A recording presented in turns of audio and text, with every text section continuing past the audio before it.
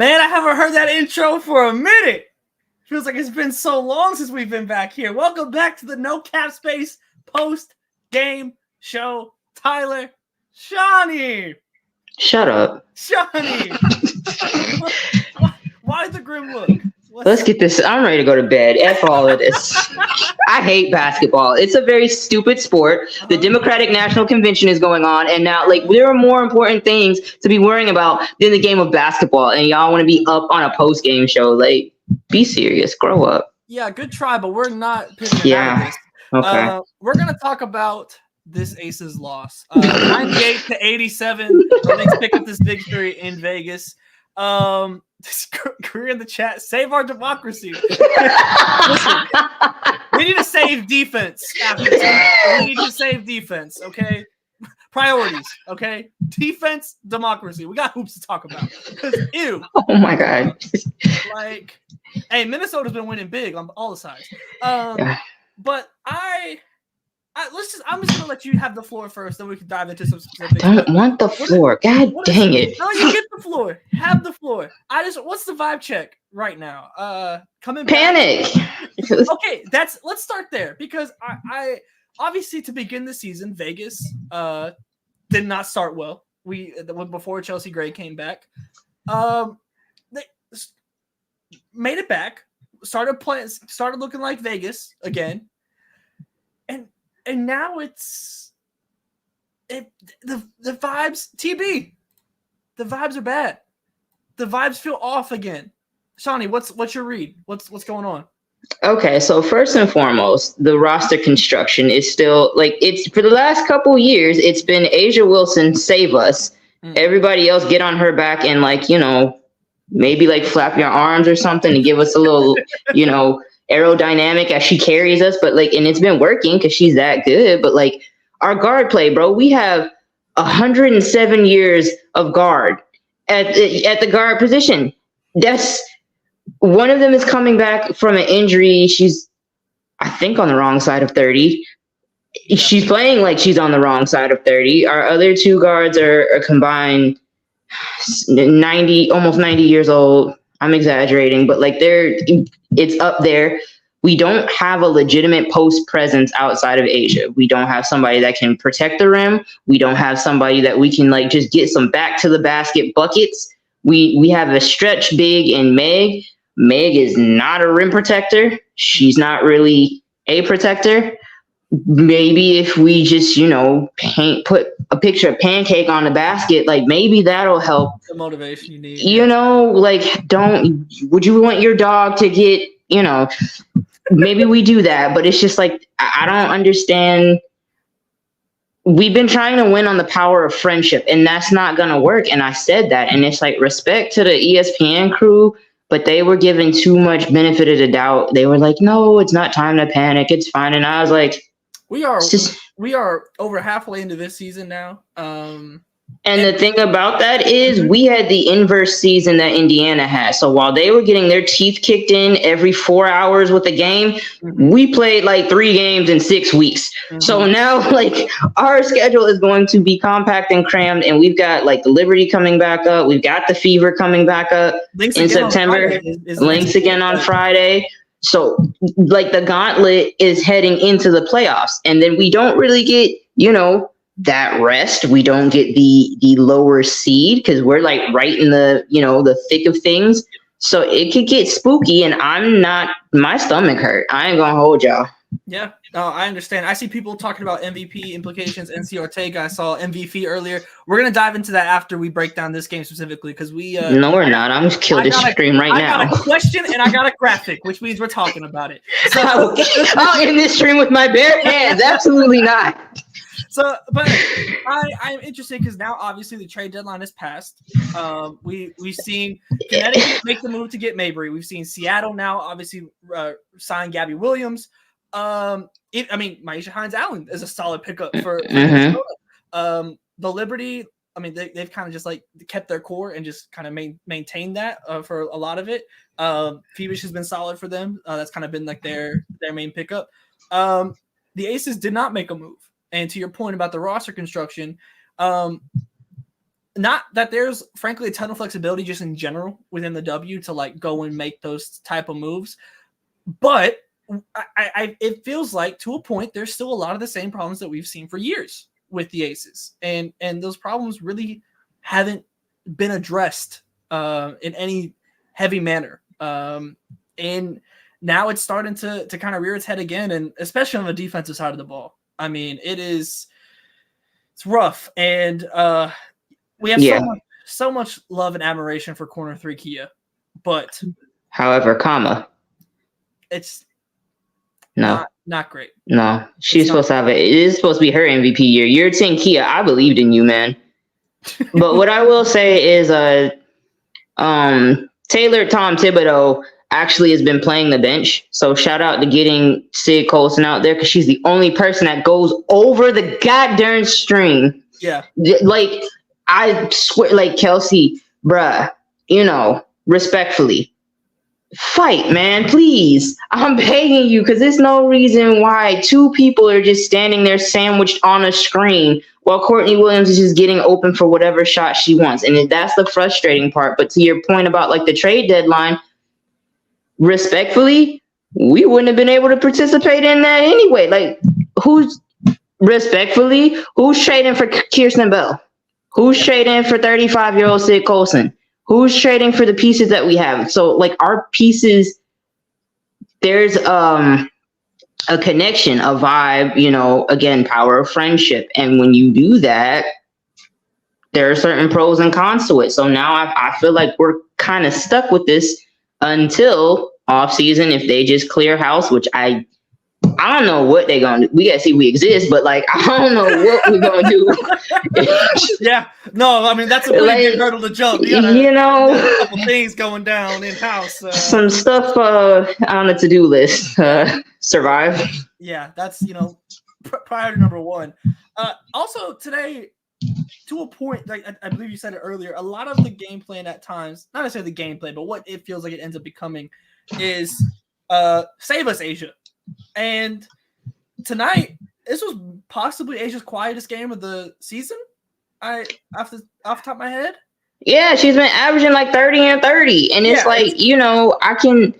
she's at a level where it feels like she can go out there, as long as she's got blood in her veins and breath in her body, we good. But it's just like that should not be the expectation. She should be able to have a demure game, a quiet and mindful game.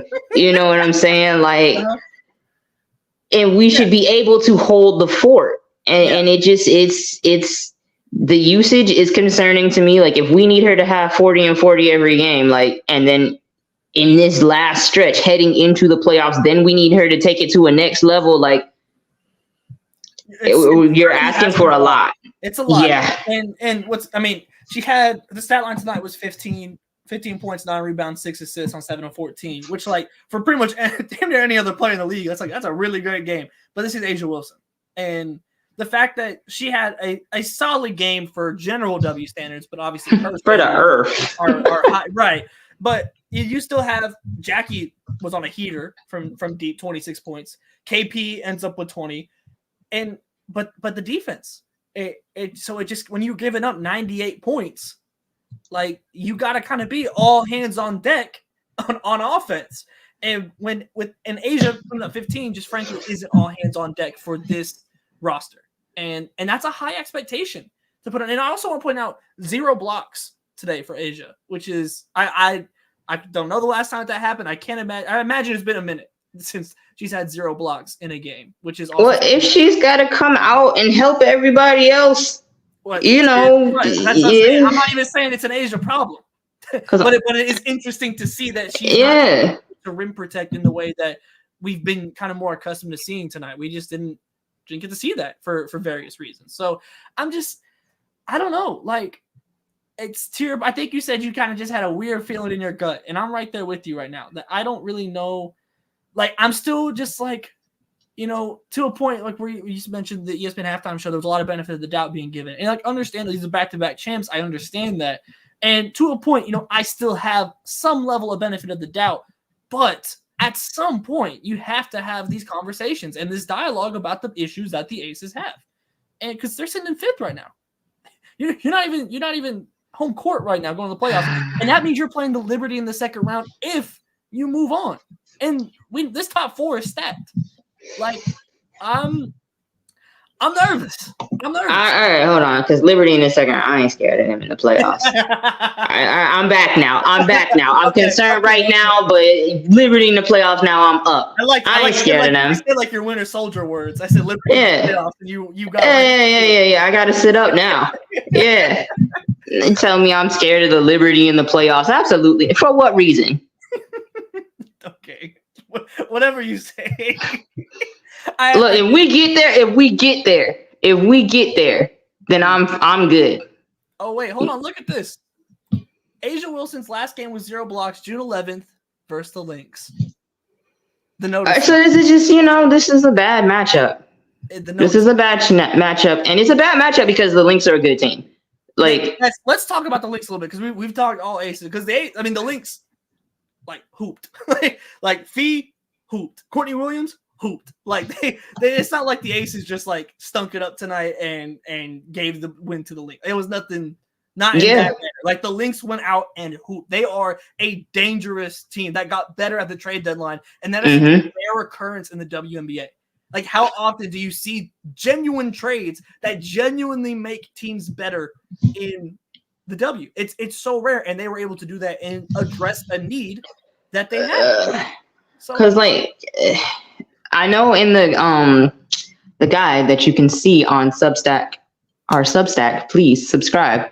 I said one of the things is they don't have a traditional big, and right now they're third, and the Mercury are 6th, so that's BG, and then if the Fever keeps surging, they could be 6th, and that's Aaliyah Boston. So that is going to, I still think that's going to be a problem if that happens. But for right now, they seem to match up pretty in a way that that masks that.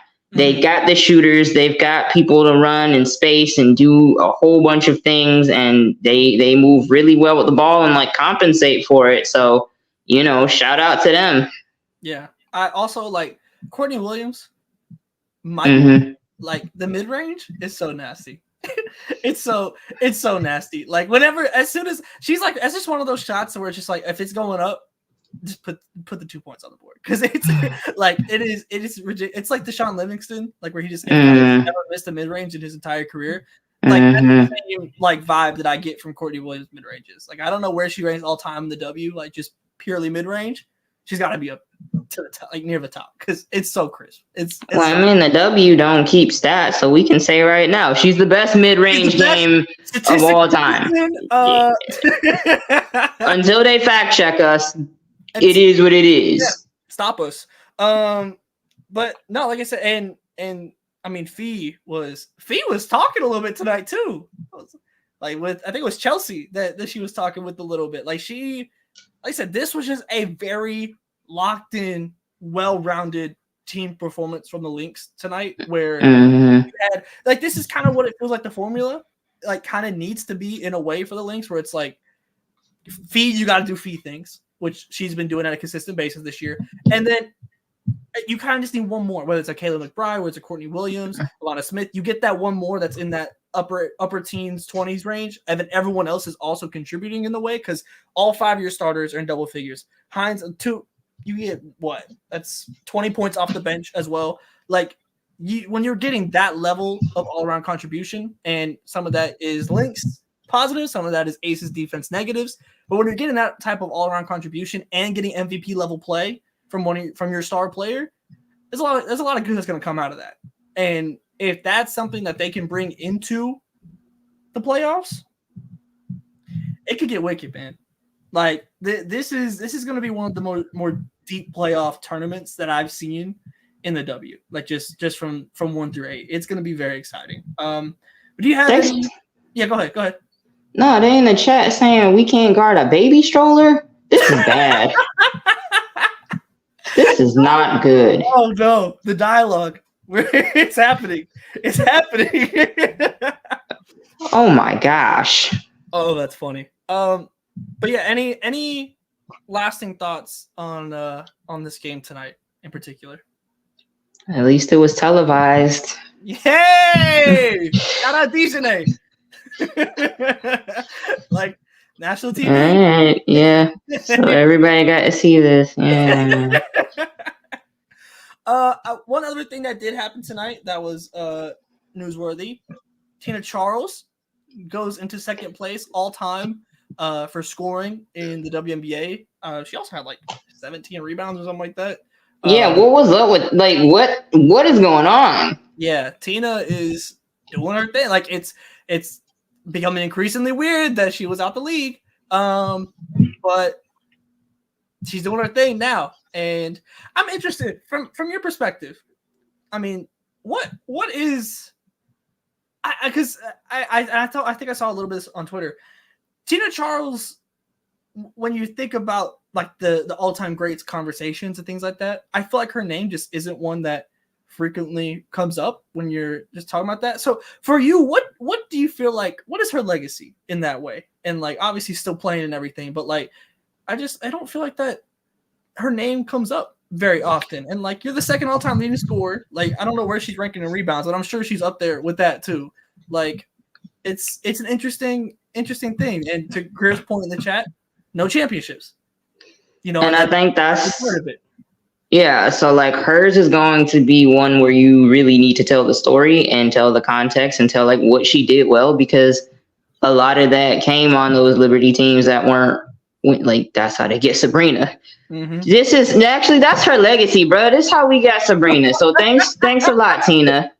Thank you for that. But yeah, she's a really good player, and you know, I hope she's able to get what she wants on her way out. It's just the W has a storytelling issue, and I'm just afraid like players like her who you know, big name, consistent, lengthy career, that's gonna fall through the cracks, because like Sylvia Fowles, Simone Augustus, like we're still trying to make sure that they get their flowers and such. So then it's like when you start there and they've got MVPs and titles and this, that, third, and then, you know, you get to her, like second all-time leading scorer, like you got to tell the story. So, you know, I just hope people do right by her. Yeah. And that's where we come in. Welcome to No Cap Space, everybody. Second all-time rebounder too. Damn.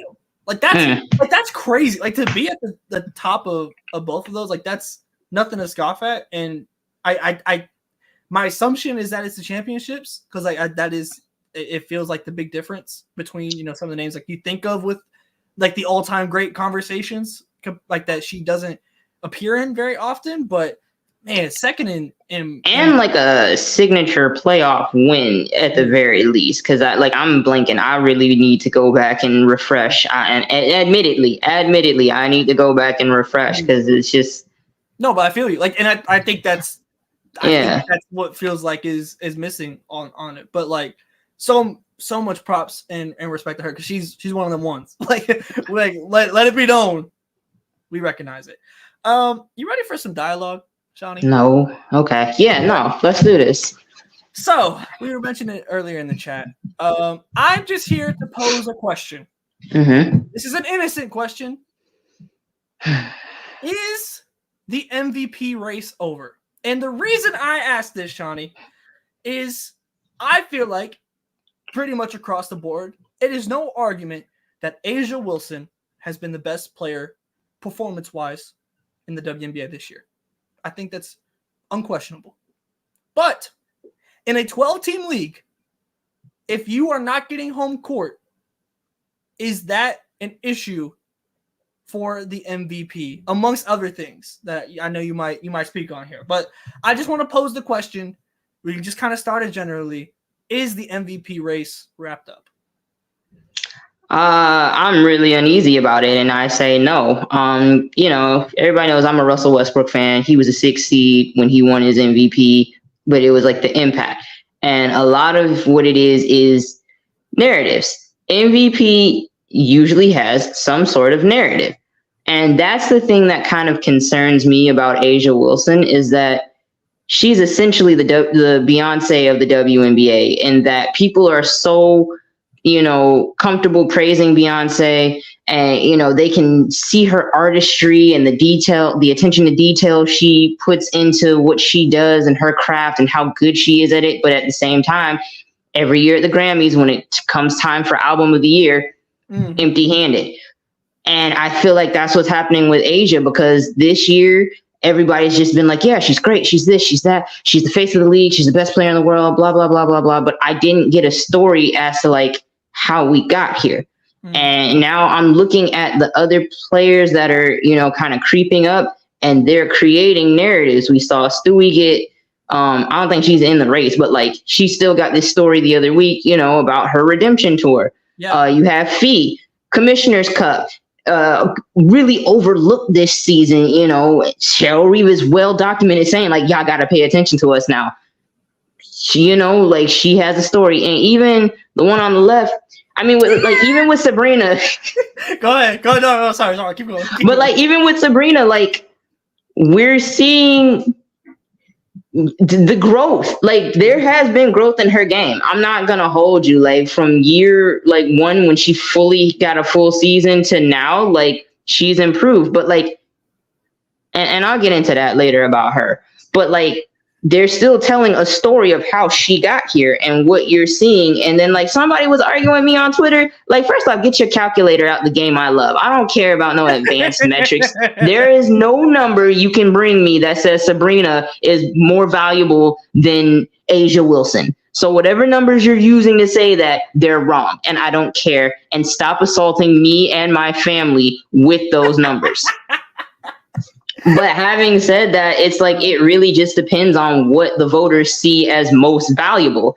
And because we don't have voter transparency, we don't even know like who else getting a vote. And I still truly feel like last year there was no reason for Asia not to win it, but we got a narrative. We had 4 40-point games. Yes, 2 of them came against the Indiana Fever and 1 against the Dallas Wings. Nobody seemed to care about that. We still got the narrative. We still got Alyssa Thomas's narrative about the triple doubles and boxing. But like, we don't really, I feel like we take Asia's greatness for granted and then like get kind of lazy and don't tell the story and don't push what she's actually doing within the context of the game and why it is the most valuable in the league. So I'm really uneasy, especially with the standings, because I feel like people box themselves in at the beginning of the season with Rookie of the Year criteria. So I don't want that to come up and bite people in the butt for MVP, because you can't sit there and say like record and standings is more important with Rookie of the Year than MVP. So I'm concerned. Yeah, I'm concerned with everything. Like just general unease. Yeah, no, it's a general unease. No, but I completely agree. For me, it's always been very simple when it comes to my qualifications, I guess maybe the word for it, of an MVP. And there's just it's stats, it's standings, it's story. The stats are there, no question. Mm-hmm. She is like she is the best player in the world. I don't think that's debatable at this moment. On a day-to-day basis, Asia Wilson's the best player in the world. The standings, like I said, in a 12-team league, if you're not top 4, that's questionable. Like obviously it's a pretty tight playoff race. I'll pull the standings up right now. Let's see. So like right now, they're a half game back from the 4 seed, and 2.5 games back now from the Lynx in 3, and they are 3 games ahead of Mercury in 6th. So it's tight, and certainly like they can make that jump into home court, no doubt. But it's still like a point of contention. If you're not home court, that's a point of contention for me. And then on top of that, if you're not home court and we're like kind of throwing rankings out and it's purely everything else, people are saying it in the chat, but like you still got Caitlin Clark there, and people have been hyper fixated on her. Yes. Mm-hmm. But we still have a narrative. She went through a gauntlet, and now she has helped get the team to the first playoffs in like almost 10 years. Mm-hmm. So if she's the 6th, huh? I said I don't know if I was born last time though. If you're in the playoffs. I'm already feeling general discomfort, and you do stuff like that. Like, I don't. Just say you hate black women and go. Whoa! Like, yeah. I'm lashing out. But like, I'm gonna sit here and listen. Be a better ally. Sorry. But it's like, even with her, like, we have a narrative, we have a hero's journey, we have how many records she's broken, how many, what she's on pace to do. We have all of that. And so again, it's just, everybody else has a story, and I just feel like they got really lazy with Asia in telling her story. And that's why I was adamant from the very start of this season of, okay, if we feel like Caitlin Clark is getting too much attention, use our collective resources and platforms to shift the discussion to who we feel we need to be. So here at No Cap Space, we've been doing the best we can. We've been trying to give you different stories and trying, but like, we're human. People have real lives, jobs, things to do outside of this. So it's like, we're doing the best we can. One day we will have the resources to do everything we want. But right now, give us some cap space. Hello. Let's drop that note. Yeah, come on now.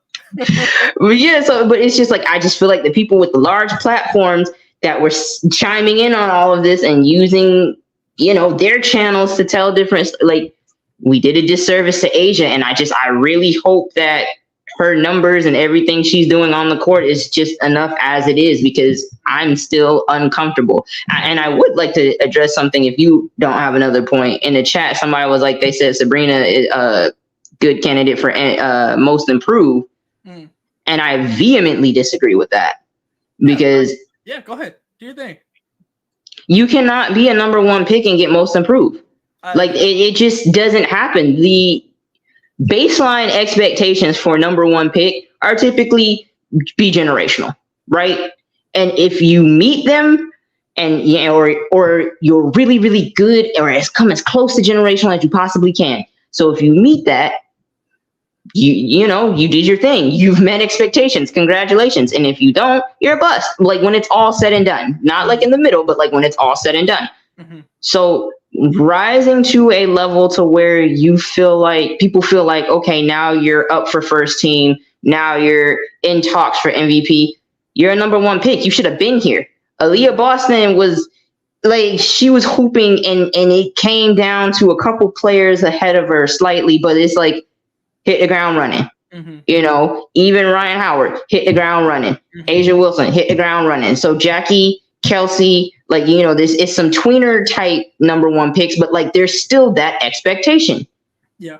I don't think you get most improved as a number 1 player. And Jackie is still really a weird argument, because I never thought she should have been the number that high. Mm-hmm. So like, everything I'm saying is like, I had her down here, so she's most improved to me, because I didn't see her up here to begin with. But like, with Sabrina, she came in with the hype. She came in with the stamps. She came in with everything, pointing us and leading us to believe that she was something different, new. And we're seeing Caitlin do the same thing she doing in year 4. There you go. Year 5. Caitlin in year 1, bruh. Get it in. There you go. Caitlin in year 1, bruh. I completely agree. I think that, and like, this is, I think, kind of a pretty much like basketball, like, totality argument. I saw some discourse about this on like the NBA side as well with most improved player. I think we've kind of lost the plot with MIP. And to me, I think of it as like the breakout player. Like that's more so like, when I'm thinking MIP, I'm thinking of Jordan Canada last year going from a training camp contract to being a bona fide starter in the league. Like, I guess, and not no like lottery pick, dog. Come on. Like Satu, when like I didn't think Satu, not that Satu didn't improve last year, but that's just not the spirit of the award to me. And Sabrina is in that same vein of like, you can certainly improve, but to me, there has to be a difference between breaking out and improving, to me. And that's where I think like the name of the award and not really having kind of the the rules sorts like around it. Like Dejanay Carrington, that's a most improved player to me. That's a breakout player that has established herself as a starter in this league from like going from being a role player last year. Like that is a clear step up, and one that I think people were like ready to see if she would take a next step, but she has exceeded the expectation of said step.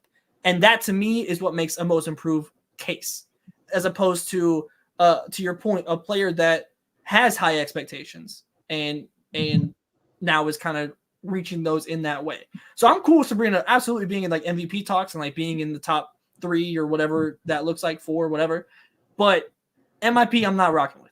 Like, no, you got to start from the bottom and now you're here. Like you don't get to like, no, like that doesn't make sense. Yeah. But yes, to circle back to the MVP, I say all this while also feeling that like my vote would go to Asia right now if I had a vote, like 100%.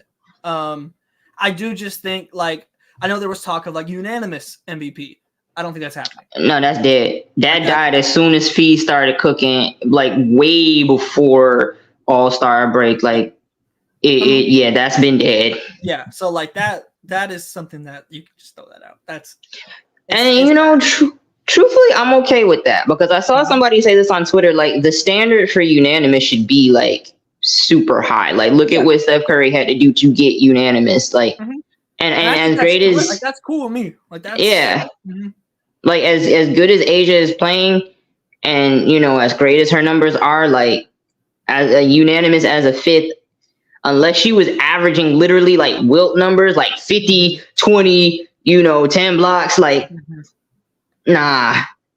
Yeah.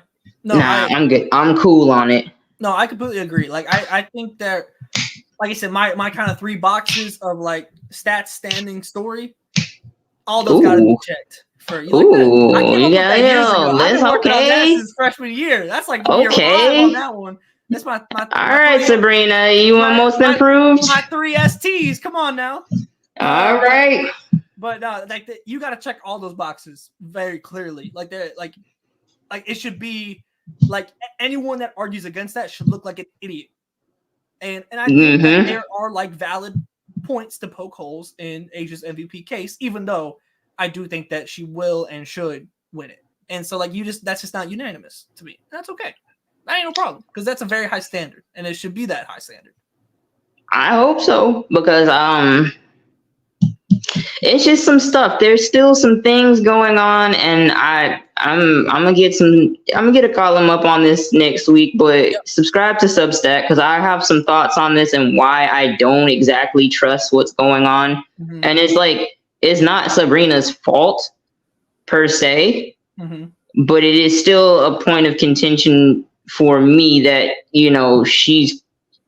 her and Asia are number 1 picks. Like I want to like point that out and how different their standards are to like win things. You know what I'm saying? Like Asia Wilson and Sabrina shouldn't really be in the same conversation, in my opinion. Like, and this is like all jokes and hate and whatnot aside. Like Sabrina has come along and she is doing her thing, but like she is now playing at the level of a rookie in her first year.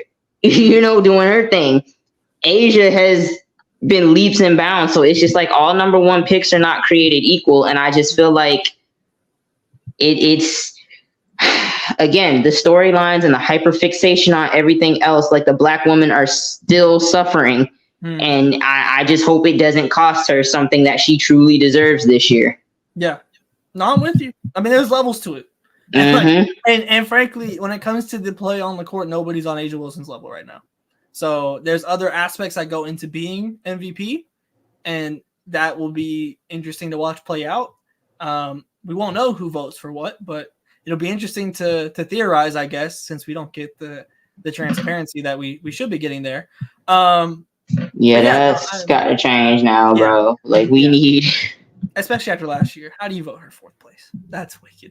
But any closing thoughts from the games from today or MVP talk or anything? I know you got your column going up next week, so I don't know if there's anything left on that. But any closing thoughts? Shout out to the Dream. They're making a case. I'm intrigued. Yeah. My eyebrows are raised. I'm not coming on that side yet. But like whatever Jordan get tweeted. But She's so interesting. I'm intrigued Just about everything going on over there.